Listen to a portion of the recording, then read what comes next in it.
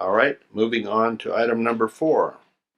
Overview of proposed Tierra Buena Park by Community Services Director Brad McIntyre. Good evening, Mayor and members of the council. Thank you for the opportunity to give you a quick update on our quest to build a park in an underserved area that we identified as the Tierra Buena area, and I'll get to that here in a few minutes. As council's aware of, in March, we had a council workshop, and at that time, council prioritized and requested staff to start working towards the development of a park. You've seen this map before. You just saw it from Mr. Daly, although his didn't have any green in it.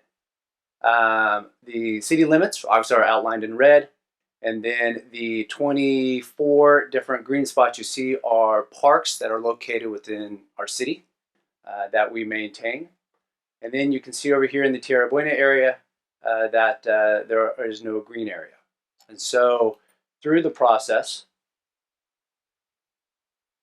in May of 2004, Tierra Buena area was annexed into the city.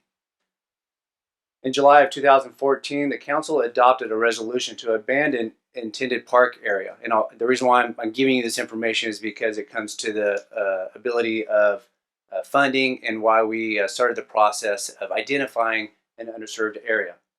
So bottom line is that the city identified the property between Clark Avenue and Live Oak. It was an opportunity. We were approached by Twin Rivers Charter School.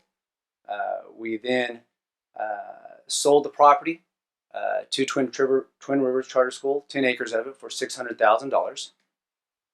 And then in March of 2015, as I just talked about, we identified the area that we just talked about, the Tierra Buena area, as being underserved.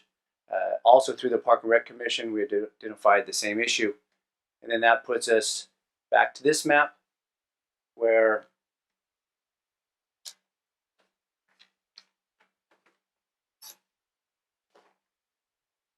the Tierra Buena area,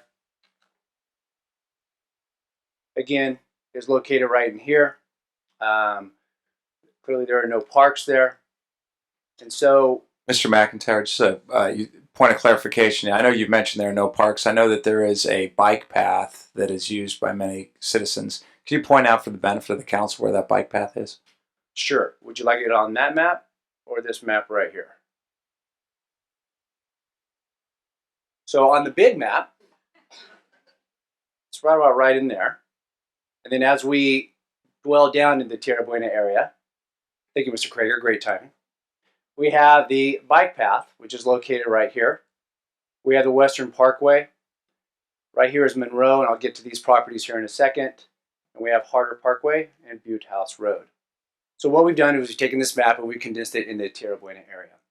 So there is a grant that's coming before us that we want to apply for. And it is broken down into 2 different categories. You can apply for development of property, or you can apply for acquisition of property. So we have identified 3 areas in this Tierra Buena area for potential parks.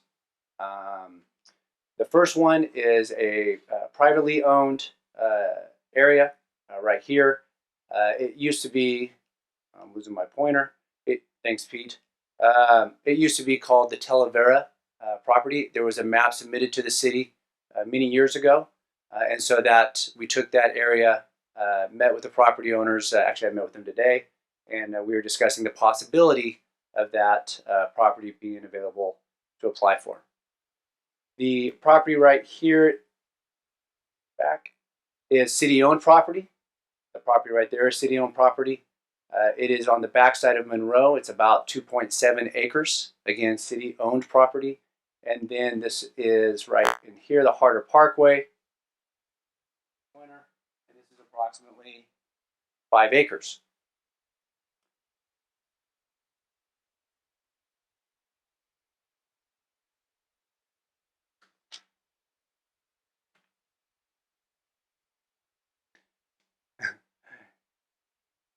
Any questions regarding the map?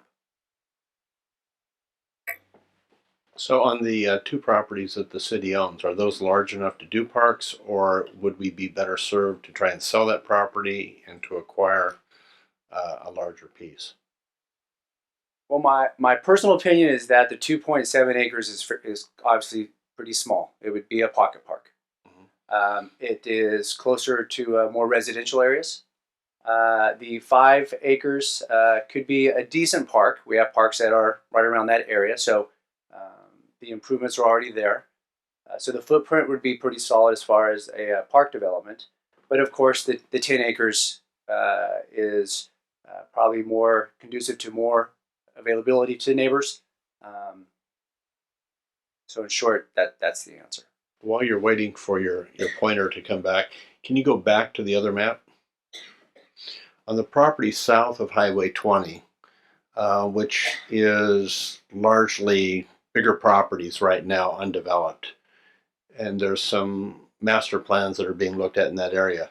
Would parks be a part of those master plans so that we would help fill in that area also? Yes, there is actually a development that is in the works, if you will, and park components are involved in that as well. So the answer to your question is yes. Okay. I'll let you continue on. Through the mayor, I have a question before he moves on the acreage size. How many acres does it take to actually put a small or community ball field in? When you mean a softball field, or are you asking for little league?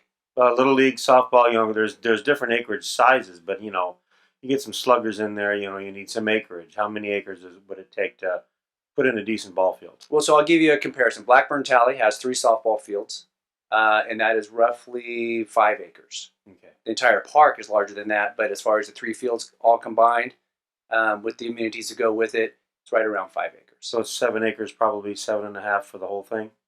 Yes. Okay, thank you. All right. Go ahead.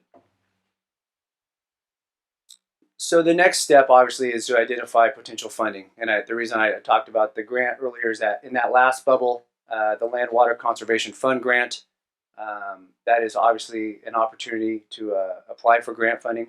We do have the sale of the property, and per council's direction is that the sale of that property was to be dedicated towards the development of a park. So that's how much money we do have as we currently speak. Development impact fees from Sutter County, that is a safe number of $340,000. And then, of course, we have the opportunity for a grant. What would the amount be for that grant, or do we have any ballpark on that? Good question, thank you. So the grant is a match, and typically they range from most of them $200,000 to $1 million in their history of giving out the grant. So our next steps is that we need to identify, whether the application is going to be an acquisition or whether it's going to be development, and that really is going to be right now determined by our conversations with landowner, or if there's any other landowners out there that are open to selling property in the Tierra Buena area. Obviously, we want to interview and hire consultants, doing that next week, and then design our public outreach. Speaking of public outreach, I'll be meeting with the senior and youth commissions. I'll be having our next Park and Rec Commission meeting at Tierra Buena School to give them information as far as an update on this, where we are with this as well. By that time, by the November date, we will have determined whether the application we will go for acquisition or whether we will go for development of a park. Question for you, Brad. You said you met with the property owner today. Do you have a ballpark of how much that 10 acres might cost? I don't, and we'd have to go through the process of doing an appraisal, and then whether or not the appraisal would meet the expectations of the landowner is a different conversation. All right. City Council will come before you requesting a resolution either way, whether it's a development of a park or whether it's for the acquisition. And then again, we talk about more public participation through our commissions, and then in February we will submit the application. So has an appraisal been ordered, or are we looking at doing that? Because obviously we can't go through those steps unless we know what we're talking about as far as acquisition versus development. My answer to that question is I believe that by the middle of next week, I will be able to move forward with the process of an appraisal or not even bother. All right, Based on my meeting today. Okay. Good, Mayor. Yes. Mr. McIntyre, again, very comprehensive information that you've given us. Really appreciated the details on the bicycle lane and the close-up view of that. That was helpful. Are we looking at a neighborhood type park, the amenities of a neighborhood park, or are we looking more at a community style park? We are looking more at a neighborhood park based on the acreage that is before us right now. And like I mentioned, if we move forward, it's based on the input we get from the neighbors in the Tierra Buena area, it could be as small as a pocket park. And are we looking to augment any of the, resource needs of our community within that park, whether it be soccer field or other gaming fields, as it's being thought about in a possible design? Is that what we're looking at also in this? For this area, we're not looking so much for athletic fields. We're looking for more of a park like Greenwood, Hillcrest, where you have a variety of amenities. You've got a walking path, a continuous walking path, and more open space for kids to play soccer, play catch, and all that. And recycled water features if you were to... And possibly recycled water features as well. Thank you very much. Any other questions or comments? All right. Thank you very much.